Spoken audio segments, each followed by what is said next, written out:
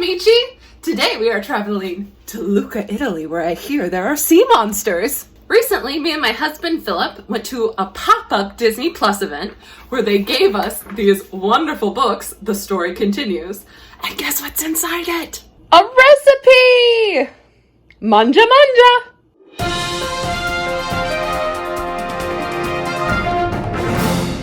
I am so excited to bake this. Luca is one of my new favorite Disney movies. Me and Philip just watched it last month and I've already watched it like 3 times because I love it so much.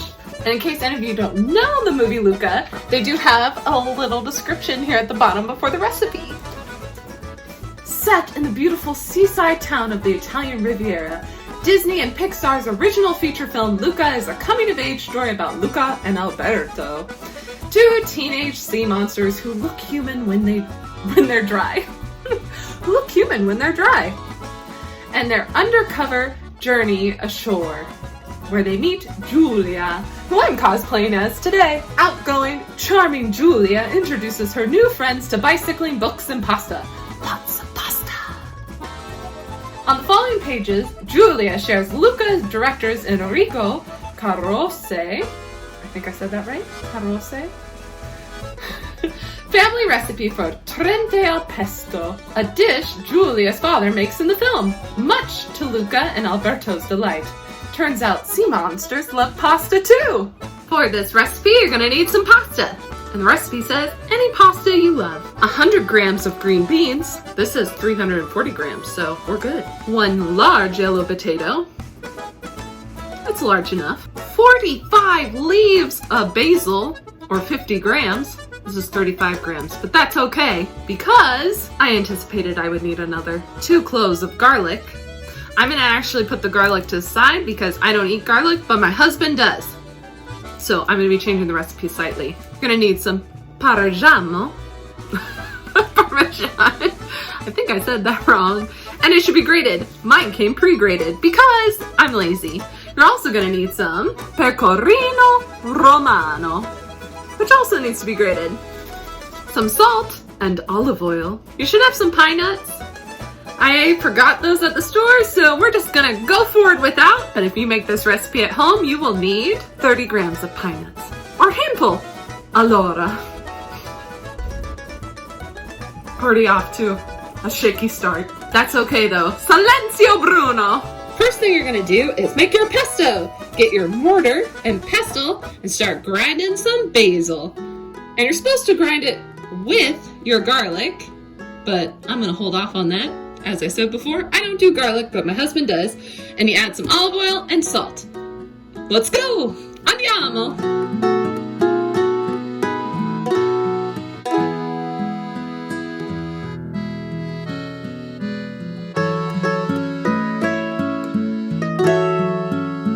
This is a long, long process. I wish I had a bigger mortar.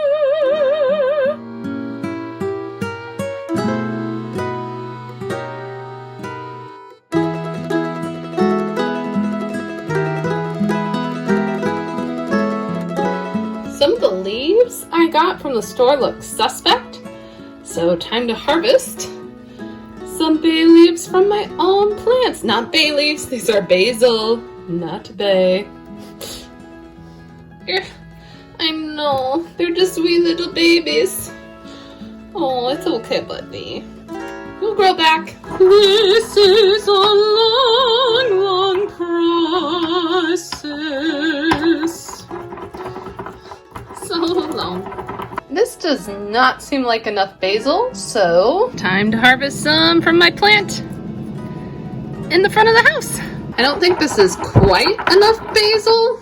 Definitely did not reach the 46 leaves required, but this is what we got. Ugh, so slimy. I'm just gonna grind up 1 clove of olive since my husband is the only one eating it.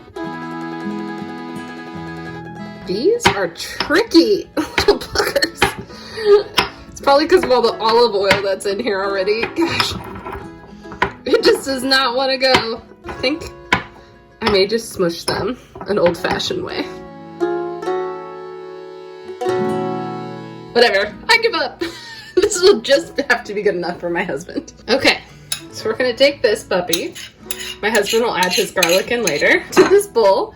And then we're gonna do 2 tablespoons of each of these. Now the recipe specifically says, do not cook your basil. That's key. Apparently. I've never done this before, nor do I have any training in this type of thing, so I'm gonna follow what the book says. Don't cook it.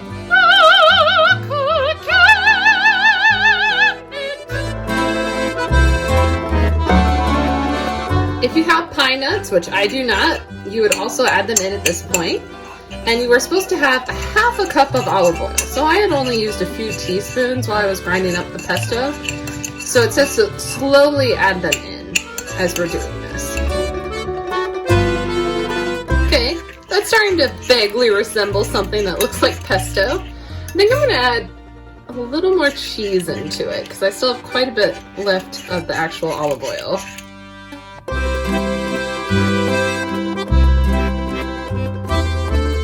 Voila! I know, wrong language. I made something that kind of resembles pesto. Hooray! Let's see. That's pretty good. I probably did go too heavy on the cheese, but I'm okay with that. I love cheese.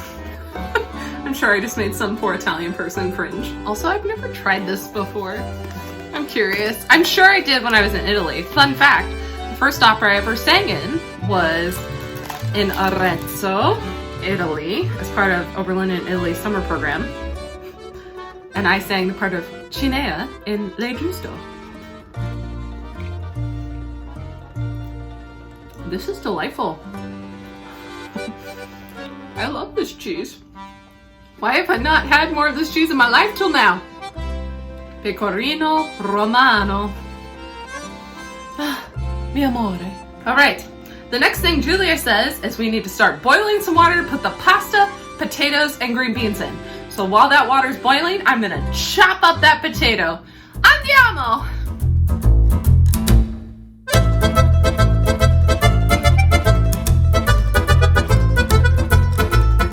Once your water is boiling, add some salt to the pot. I'm making mine like the ocean. Then you're gonna add in your pasta, your green beans. Don't do that at home. Most of these already had the thingy off, except for one I just saw as I put it in and I was like, nope. And your potatoes. Cook it until the pasta is al dente. You do not want it soft. Fun movie Luca fact from an opera singer is at the beginning of the movie, you see one of the characters, Tomas, put a record on the record player while they're fishing. And what's playing is the aria O mio babbino caro by Puccini from the opera Gianni Schicchi. It's a very popular opera, and I believe it's Maria Callas singing it. I could be wrong, I haven't checked the credits, but I'm pretty sure it's Maria Callas.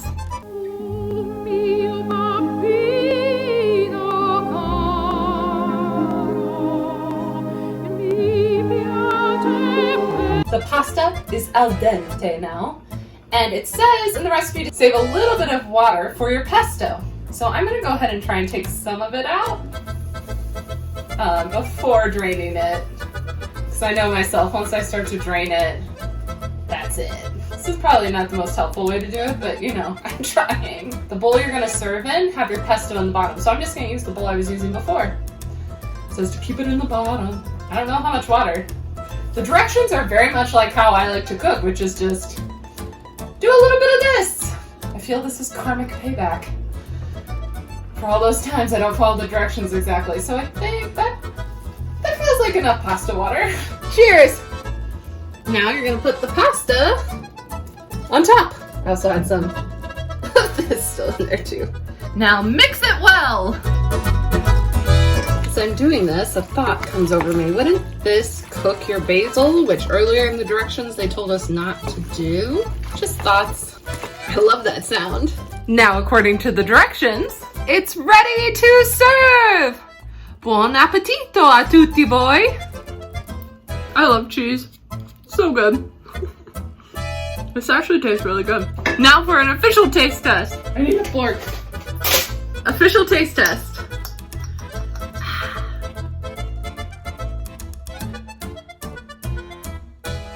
very good. Very good. Not as good as the stuff I ate in Italy, but pretty good. It's probably because I didn't have enough basil and I had no pine nuts and there's no garlic in it currently. But it's still very good. Just not as good. You can't tell I'm hungry. It's dinner time. Thank you all so much for coming. If you get a chance to go to a Disney Plus pop-up site, I totally recommend it. This book is so cool that we got from it. Just so much stuff. Very cool. And this recipe is dynamite. Well, like and subscribe. See you next time. Arrivederci.